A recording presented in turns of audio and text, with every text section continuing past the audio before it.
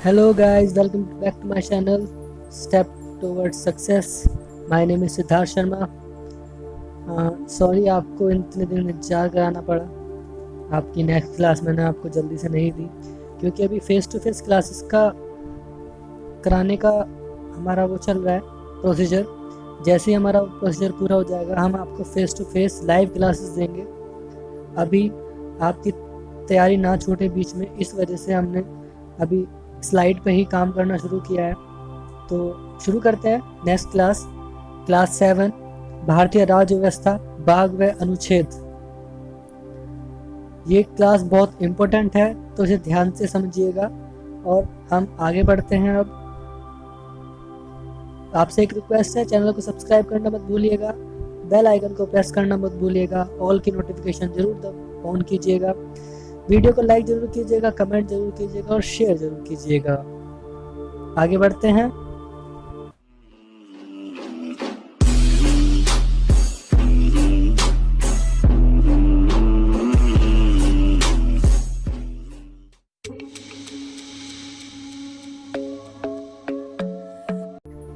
भाग व अनुच्छेद।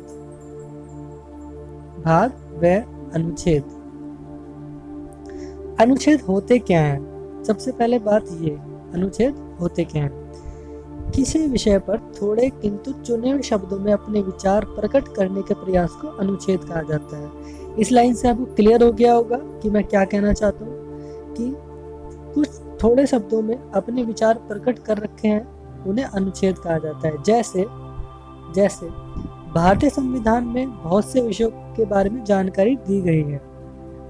बहुत सारे विषय थे जिनके बारे में जानकारी देना जरूरी था, तो उन्हें अनुच्छेद के द्वारा जानकारी दी गई उनकी।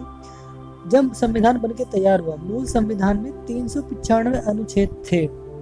395 अनुच्छेद थे। कैसे? ये पहले एक नंबर के अकॉर्डिंग ही थे, बट वह वर्तमान में अनुच्छेद 500 से अधिक हो चुके हैं। कैसे हो चुके हैं? ये जो नंबर है 1 से लेके 395, ये नंबर आज भी 395 ही है, बट एक इस तरीके से बढ़ाया गया है इन आर्टिकल्स को।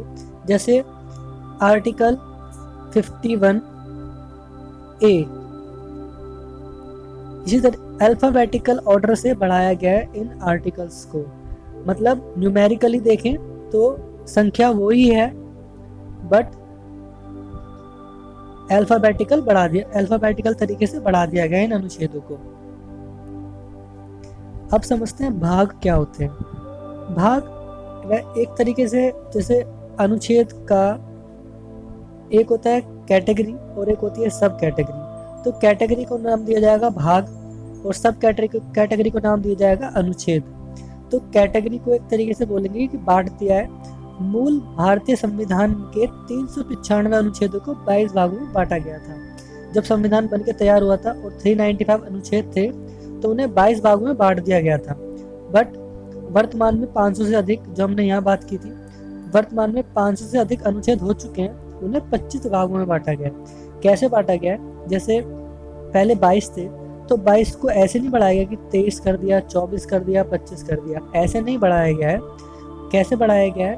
जैसे भाग 4A, इसे भी अल्फाबेटिकल ऑर्डर से बढ़ाया गया है, न्यूमेरिकल ऑर्डर से नहीं बढ़ाया गया है।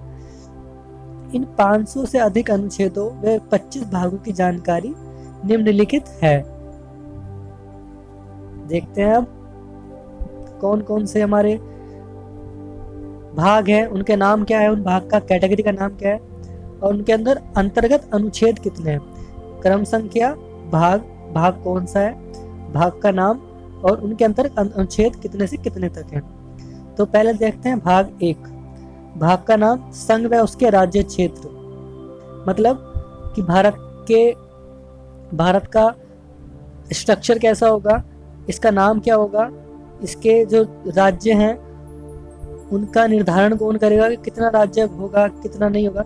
ये सब इस वाले भाग में है, जो कि 1 से 4 अनुच्छेद के अंतर्गत है। मतलब 1 से 4 तक जो अनुच्छेद हैं उसमें केवल इस भाग के बारे में जानकारी है।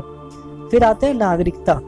जैसे अभी सीए के ऊपर हुआ था, एनआरसी है, एनपीआर है, या नागरिकता कैसे मिलेगी, कैसे छोड़ दी जाएगी, कौन इनकी रक्षा करेगा नागरिकता की, तो ये सब इस पार्ट के अंदर है। तो पार्ट नंबर आर्टिकल है इसके 5 से 11, अनुच्छेद 5 से 11। मौलिक अधिकार, आपके अधिकार क्या क्या हैं, तो इनके बारे में जानकारी मिलेगी आपको भाग 3 में, और अनुच्छेद है 12 से 35 तक। ये हर जो पॉइंट मैं बता रहा हूँ, ये हर एक पॉइंट क्वेश्चन बनाता है। कंपटीशन एग्जाम्स में इनसे क्वेश्चन पूछे जाते हैं कि भाग 3 में क्या है, भाग 2 में क्या है, नागरिकता कौन से भाग के अंतर्गत आता है, ये सब क्वेश्चन इस तरीके से पूछे जाते हैं। तो इस वीडियो को स्किप करके मत देखिएगा, बिल्कुल नॉर्मल तरीके से देखिएगा, स्किप करके मत देखिएगा वीडियो को। भाग 4, राज्य व नीति निषेध तत्व, सॉरी राज्य के नीति निषेध तत्व था, वह लग गया है यहाँ पे, सॉरी। राज्य के नीति निषेध तत्व 36 से 51, इसमें राज्य को निर्देश दिए गए हैं कि आप अधिनियम किस आधार पर बनाएंगे, कैसे लोगों की सुरक्षा करेंगे, वगैरह वगैरह। ये सब राज्य के निर्देश हैं जो 36 से 51 तक हैं, अनुच्छेद 36 से 51 तक। भाग 4A, जो मैंने आपको बताया था कि अल्फाबेटिकल ऑर्डर से पढ़ाए गए हैं, तो मौलिक कर्तव्य है भाग 4A में, जो कि 51A अनुच्छेद है, केवल एक अनुच्छेद है 51A। भाग 5, केंद्र, सेंट्रल गवर्नमेंट, सेंट्रल के काम, इसके अंतर्गत राष्ट्रपति, प्रधानमंत्री, सुप्रीम कोर्ट, बहुत सारे इसमें नाम है, इनके बारे में जानकारी मिलेगी आपको 52 से 151 अनुच्छेद तक। आपने देखा होगा कि आधा संविधान इसमें ही कवर हो गया, इस वाले पार्ट में।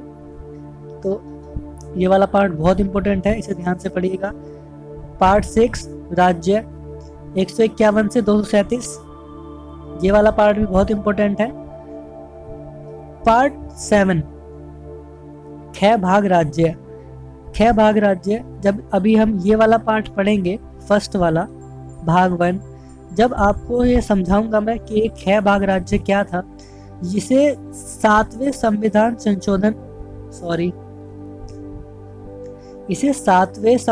संशोधन अधिनियम 1956 से खत्म कर दिया गया। ये CAA का मतलब यहाँ पे कॉन्स्टिट्यूशनल अमेंडमेंट एक्ट है, ध्यान से सुनिएगा, कॉन्स्टिट्यूशनल अमेंडमेंट एक्ट, इसका मतलब संवैधानिक संशोधन अधिनियम।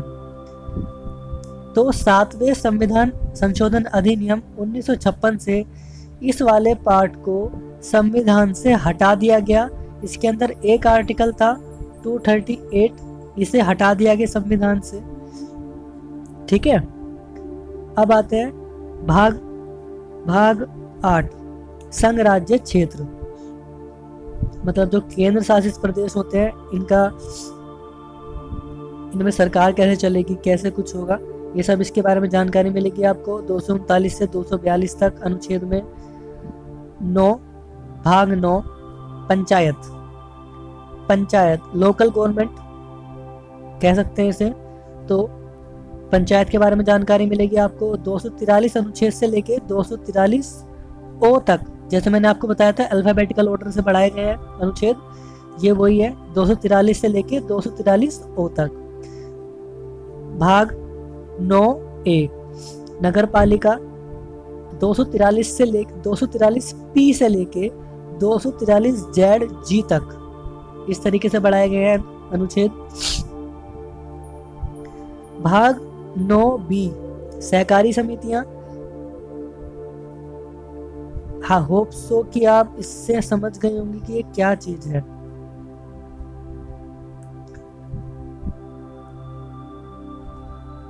सहकारी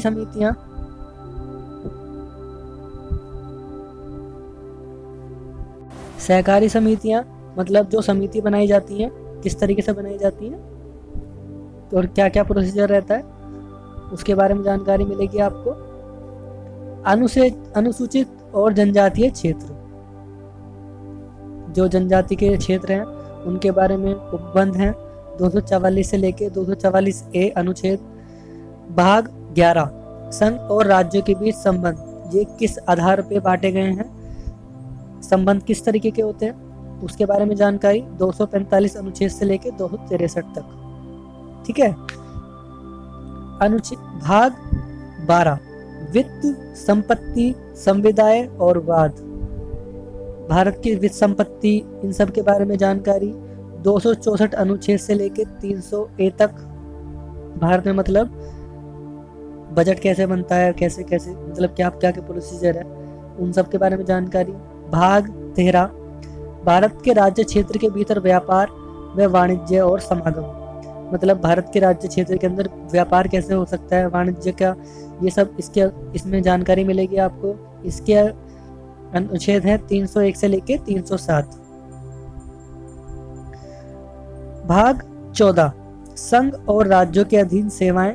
अनुच्छेद 308 से 323। इसके अधीन IAS, IPS, collector, DM, SDM सब इसके अंडर आता है। इसके बारे में पूरी तरीके से जानकारी दूंगा मैं आपको क्या क्या है। भाग 14A अधिकरण 323 से लेके 323B तक। इसके अंदर 2 ही अनुच्छेद हैं, बाद में जोड़े गए थे। भाग 15 निर्वाचन। मतलब राष्ट्रपति का निर्वाचन कैसे होगा, लोकसभा के सदस्यों का निर्वाचन कैसे होगा, राज्यसभा के सदस्यों का निर्वाचन। इनफैक्ट भारत में जितने भी चुनाव होंगे उन सब के बारे में जानकारी 324 से लेके 329A अनुच्छेद तक। भाग 16 कुछ वर्गों के लिए विशेष उपबंध।